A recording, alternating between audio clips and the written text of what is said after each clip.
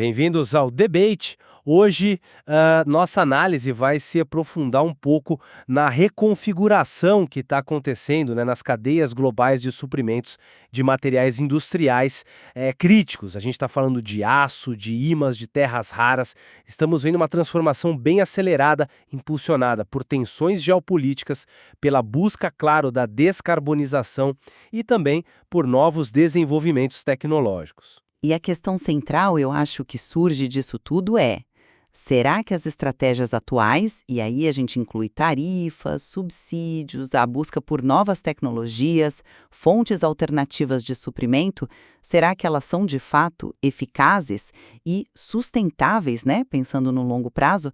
Ou será que, no fim das contas, elas acabam criando mais incerteza e mais risco do que propriamente soluções concretas? Olha, o meu ponto de vista é que essas ações, mesmo sendo complexas, elas representam ajustes estratégicos que são não só necessários, mas, em última análise, eu diria benéficos. Benéficos para fortalecer a resiliência e também para impulsionar a inovação industrial. Já eu vou argumentar que essas estratégias me parecem muitas vezes um pouco fragmentadas, sabe? Meio reativas, e correm o risco sim de serem contraproducentes, adicionando aí novas camadas de complexidade e potenciais efeitos colaterais negativos nesse cenário global. A nossa discussão aqui, vale dizer, se baseia em informações recentes que fontes como a Reuters, The Guardian, o Financial Times e também a Brasil Mineral. Para mim, assim, as medidas que estão em andamento, mesmo que causem algum desconforto inicial, são passos fundamentais para a gente construir uma maior resiliência e, claro, diminuir dependências excessivas que, convenhamos, já se mostraram bem arriscadas no passado recente. Um exemplo claro disso são as ações tarifárias recentes da União Europeia sobre o aço laminado a quente que vem do Egito, do Japão, do Vietnã. Uma medida de defesa comercial, isso foi reportado pelo portal GMK Center, para proteger a siderurgia local. Na mesma linha, a expansão da lista americana de produtos derivados, né, que contém aço ou alumínio, estão sujeitos a tarifas, conforme noticiado pelo The Guardian, funciona como uma forma de vigilância necessária. Necessária contra a triangulação de materiais e para evitar a erosão da base industrial doméstica deles. As discussões que estão rolando no G7, na União Europeia, sobre a criação de pisos de preço, os chamados price floors, como mencionado pela Reuters, são tentativas válidas, sim, de estimular a produção fora da China. A China hoje domina, mais de 90% do mercado de ímãs permanentes da Europa. É muita coisa. E não estamos falando só de intenção, não. Temos avanços concretos. A empresa americana Energy Fuels, por exemplo, anunciou recentemente que qualificou o seu óxido de neodímio praseodímio, o NDPR, que é um componente-chave para esses ímãs de alta performance, processado lá nos Estados Unidos, para uso em motores de veículos elétricos. Isso valida, quer dizer, demonstra a possibilidade real de uma cadeia produtiva da mina ao imã totalmente americana. Além disso, tem tecnologias alternativas ganhando tração, como os ímãs de ferro-nitrogênio, o FeN, que não usam terras raras. Estes estão sendo desenvolvidos pela Niron Magnetics, com apoio de gigantes automotivas como a GM e a Stellantis, uma notícia que saiu no Financial Times. E não podemos esquecer da economia circular, né? O potencial dela aqui no Brasil foi bem detalhado no relatório recente do IBEC, citado pela Brasil Mineral, mostrando um caminho complementar importante para a descarbonização e para o uso mais eficiente de recursos como a sucata e os coprodutos da siderurgia. Pode haver dores de crescimento? Sim, pode, mas elas apontam para ganhos estratégicos importantes em segurança de suprimento e inovação a longo prazo. Eu enxergo essa movimentação toda com um pouco mais de ceticismo, sabe? Eu compreendo perfeitamente a busca por resiliência, claro. Mas o meu argumento é que as estratégias adotadas parecem mais um conjunto de reações pontuais, sabe? Do que um plano realmente coeso. E isso, claro, traz riscos de efeitos colaterais que a gente não quer. As tarifas, por exemplo. Elas geram atrito comercial quase que instantaneamente. A Federação do Ferro e Aço do Japão não demorou nada para criticar as medidas antidumping da União Europeia sobre os laminados a quente, como a Reuters mesmo reportou. Lá nos Estados Unidos, a expansão contínua e, digamos assim, um tanto quanto imprevisível da lista de derivados sujeitos a tarifas, produtos que contêm aço ou alumínio, cria uma enorme incerteza para diversos setores industriais. Isso foi bem destacado pelo The Guardian. Líderes industriais na Europa e até mesmo o eurodeputado alemão Bernd Lange expressaram preocupação sobre a dificuldade prática de rastrear a origem do metal em produtos complexos. Isso pode afetar desde fabricantes de janelas até montadoras de motocicletas, imagina. No fronte da descarbonização, a ambição do chamado aço verde, o Green Steel, parece que está esbarrando numa realidade um pouco mais dura. O recente ressurgimento do interesse pelo carvão metalúrgico que a Reuters noticiou sinaliza que as rotas de produção baseadas em hidrogênio verde, apesar de avanços importantes como o projeto Hybrid da SSAB lá na Suécia, ainda enfrentam barreiras significativas de custo e de escala para serem amplamente adotadas. Em relação às terras raras, as alternativas e a reciclagem ainda têm limitações bem claras, né? A planta inicial da Niro Magnets para seus ímãs Fene, com capacidade de 1.500 toneladas por ano, representa algo em torno de apenas 3% da demanda americana atual por ímãs desse tipo. É pouco ainda. E a reciclagem de ímãs, segundo dados da Winder Europe, simplesmente não vai gerar volumes significativos de matéria-prima nesta década. A expectativa de sucata de ímãs vinda de turbinas eólicas, por exemplo, é de só 80 toneladas até 2030, enquanto a demanda é de milhares de toneladas.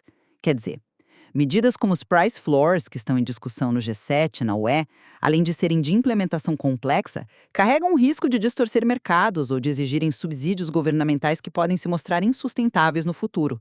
A própria Reuters mencionou que existe divisão dentro do G7 sobre como abordar essa questão. Por fim, o relatório do IBEC sobre economia circular na siderurgia brasileira. Apesar de reconhecer os avanços que já existem, a chamada segunda onda, ele também deixa claro que a abordagem atual ainda é muito focada internamente nas empresas. Para que a circularidade realmente faça diferença na descarbonização em larga escala, seria preciso evoluir para modelos mais sistêmicos, multissetoriais, as terceira e quarta ondas, como eles chamam. Isso ainda parece distante. Então, fica a pergunta: será que esse protecionismo e essas soluções tecnológicas ainda em estágio inicial são suficientes para desafios tão complexos? Ou eles podem acabar apenas elevando custos e dificultando a cooperação global que talvez seja necessária? Eu entendo a sua preocupação com os atritos, entendo mesmo. Mas vamos analisar um pouco mais a fundo essas medidas comerciais. As tarifas e os direitos antidumping, como esses que a União Europeia aplicou sobre laminados a quente do Egito, Japão e Vietnã, são ferramentas legítimas de defesa comercial. Em alguns casos, elas são necessárias para tentar nivelar o campo de jogo, né?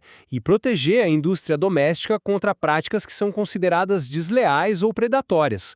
A gente está falando, no caso europeu, de um setor siderúrgico que, segundo a própria Comissão Europeia ao justificar a medida, essa informação veio via GMK Center, emprega diretamente cerca de 38 mil pessoas e lida com problemas crônicos de excesso de capacidade global e importações a preços muito baixos. Não é à toa que a Eurofer, que é a associação que representa o setor lá, apoia essas medidas como forma de preservar a manufatura e os empregos na região. A ação dos Estados Unidos sobre os derivados, embora gere esses questionamentos sobre a complexidade, tem um objetivo claro: evitar que as tarifas originais sobre o aço e o alumínio brutos sejam contornadas pela importação de produtos acabados ou semi-acabados que contenham esses metais. É uma tentativa, assim, de garantir a eficácia da política inicial. Para quem opera aqui no Brasil, o impacto prático disso é claro. É preciso monitorar de perto os custos de importação de aço e componentes que venham dessas regiões afetadas ou que passem pelos Estados Unidos. Talvez seja o momento de reavaliar e fortalecer fornecedores locais ou regionais que não estejam sujeitos a essas barreiras, né? Mas essa proteção que você menciona, ela não vem sem um custo, e esse custo pode ser alto. A reação imediata do Japão às tarifas da União Europeia, como a Reuters destacou, é a prova do atrito comercial que isso gera. E o que me parece ainda mais problemático é a incerteza criada pela abordagem americana dos derivados. O exemplo citado no The Guardian, do relato do eurodeputado Bernd Ulland sobre a dificuldade de uma fábrica de motocicletas em rastrear a origem exata de cada parafuso de aço ou alumínio. E por isso ela acaba declarando um percentual maior de conteúdo sujeito à tarifa só para evitar multas pesadas. Isso ilustra bem o problema prático que isso gera lá no chão de fábrica, na cadeia de suprimentos. Essa incerteza impacta diretamente a gestão de custos e riscos. Para as empresas brasileiras que exportam produtos contendo aço ou alumínio para os Estados Unidos, ou mesmo para aquelas que importam componentes americanos, a necessidade de atenção à conformidade e a possibilidade de custos inesperados aumentam significativamente. Será que essas barreiras realmente promovem a competitividade no longo prazo? Ou elas só encarecem os insumos para as outras indústrias, criando um efeito cascata nos custos, sabe? Acompanhar de perto as revisões trimestrais dessa lista de derivados nos Estados Unidos se torna, então, uma tarefa crucial para o planejamento de compras e vendas. A incerteza é, sem dúvida, um fator a ser gerenciado. Concordo. Mas quando a gente olha para a diversificação de suprimentos de terras raras, aí vemos avanços concretos que me trazem assim um certo otimismo cauteloso. A qualificação do óxido de NdPr da Energy Fuels, que é minerada na Flórida e Geórgia, processada em Utah para uso em ímãs de veículos elétricos, como eles mesmos anunciaram, é mais do que uma promessa, é uma prova de conceito importante para a viabilidade de uma cadeia integrada dentro dos Estados Unidos. Não é só teoria, entende? É material de origem americana sendo validado para produtos finais estratégicos. Ao mesmo tempo, o desenvolvimento da tecnologia de ímãs FEN-SASE pela Niron Magnets, que dispensa completamente as terras raras e conta com o apoio de peso de montadoras como GM e Stellantis, como reportado pelo Financial Times, oferece uma alternativa tecnológica real no horizonte. E as discussões políticas no G7 na União Europeia, incluindo a Resilience Roadmap da Alemanha, que foi mencionada pela Wind Europe, mostraram um alinhamento claro para reduzir a dependência da China, que hoje, vamos lembrar, fornece mais de 90% dos ímãs para a UE. Isso tudo envia um sinal forte para o mercado e para a indústria, inclusive aqui no Brasil. Há um movimento sério em busca de alternativas.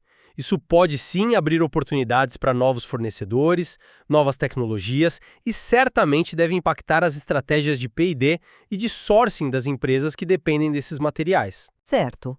Reconheço os avanços, são importantes sim. Mas a gente precisa colocar a escala e o tempo nessa equação. A qualificação da Energy Fuels é um passo, sem dúvida, mas ainda está restrita a um volume específico e a um único fornecedor naquele estágio inicial, né? Replicar toda a cadeia de valor das terras raras, que é extremamente complexa e ficou concentrada na China por décadas, fazer isso fora de lá é um desafio gigantesco e de longo prazo. Não acontece da noite para o dia. A planta da Niron, como eu mencionei antes, vai ter uma capacidade inicial modesta, 1.500 toneladas por ano, segundo o FT, frente a uma demanda global que é muito, muito maior. E a reciclagem? Bom, embora seja ambientalmente desejável, ela não vai ser uma fonte significativa de matéria-prima nesta década. A análise da Wind Europe é bem clara quanto a isso. O volume de produtos que contém ímãs de terras raras chegando ao fim da vida útil ainda é muito baixo. Quanto aos price floors discutidos no G7 e UE, a ideia de um preço mínimo para incentivar novas produções parece boa no papel, mas a implementação é cheia de riscos. Quem vai garantir esse preço mínimo se o mercado cair? Isso pode levar a distorções, necessidade de subsídios contínuos, e a própria reportagem da Reuters apontou que não há consenso entre os países do G7 sobre como fazer isso. Para as empresas que dependem de ímãs de neodímio ferro-boro, o NdFd, a mensagem realista parece ser de cautela. A diversificação real vai levar tempo e as alternativas tecnológicas ainda precisam provar sua escalabilidade e, crucialmente, sua competitividade em custo. A dependência da China não vai desaparecer tão cedo assim. Bom, concordo.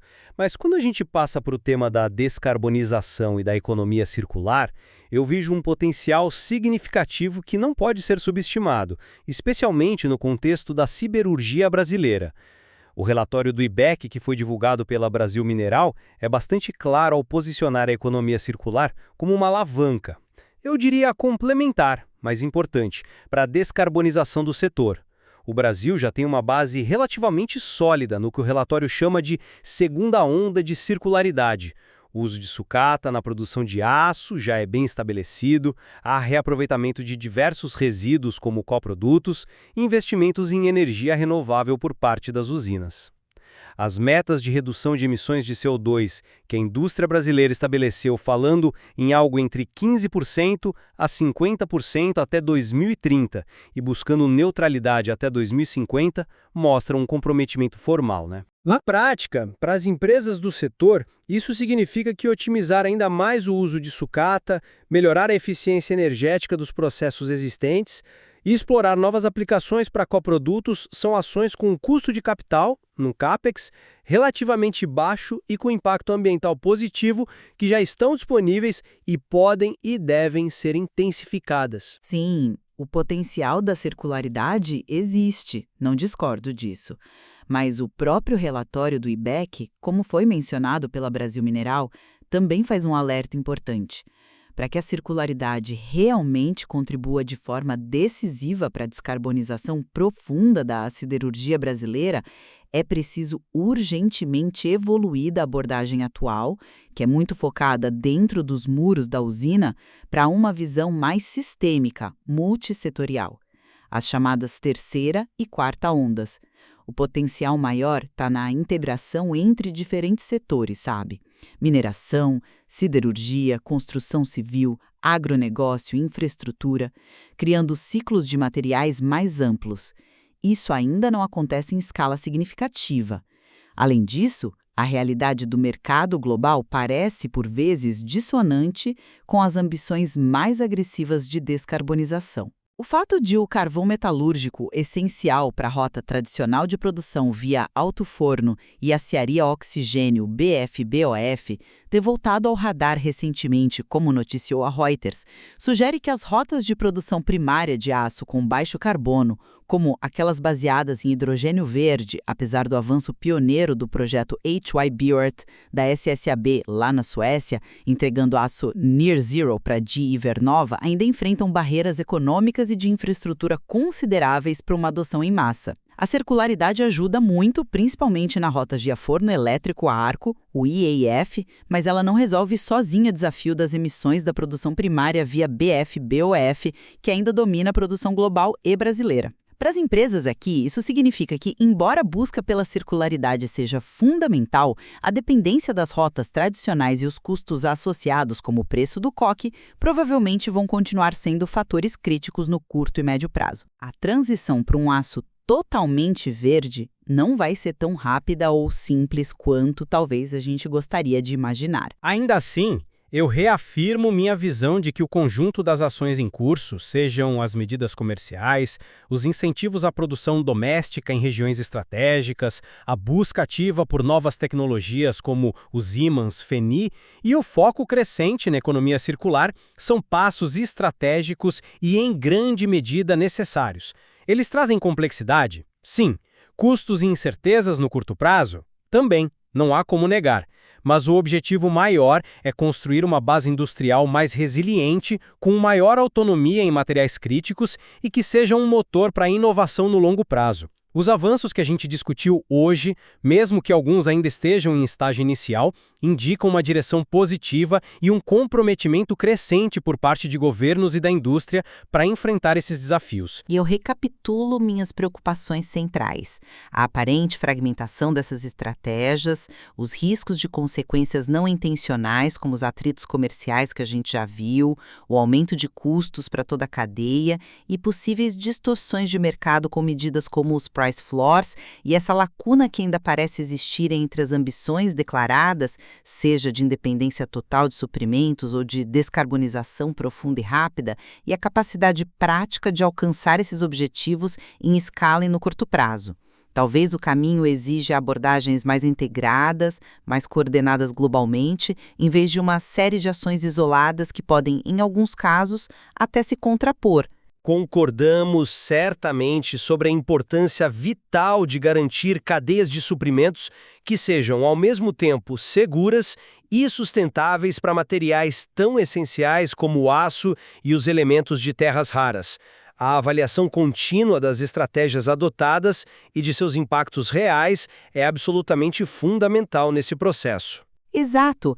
A profunda interconexão entre todos esses temas, comércio internacional, desenvolvimento tecnológico, pressões geopolíticas e a urgência da sustentabilidade ambiental, torna a análise particularmente complexa. Compreender as diferentes perspectivas e os inevitáveis trade-offs envolvidos em cada decisão é crucial para a gente navegar nesse cenário global que está em constante e rápida transformação.